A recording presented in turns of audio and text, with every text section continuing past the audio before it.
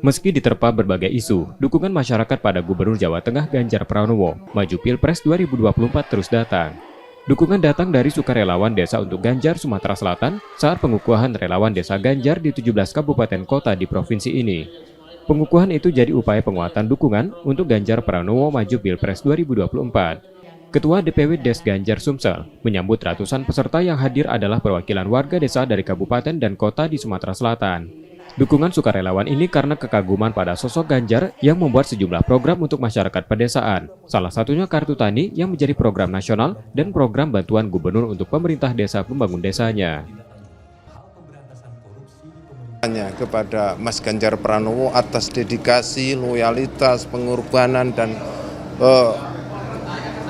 sesuatu yang telah dicanangkan, dikerjakan di Jawa Tengah benar-benar itu menjadi satu rangkaian yang patut untuk dilanjutkan menjadi Presiden 2024. Ratusan relawan Ganjar Pranowo juga menyaksikan dokumentasi pelaksanaan program kerja Ganjar Pranowo selama memimpin Jawa Tengah.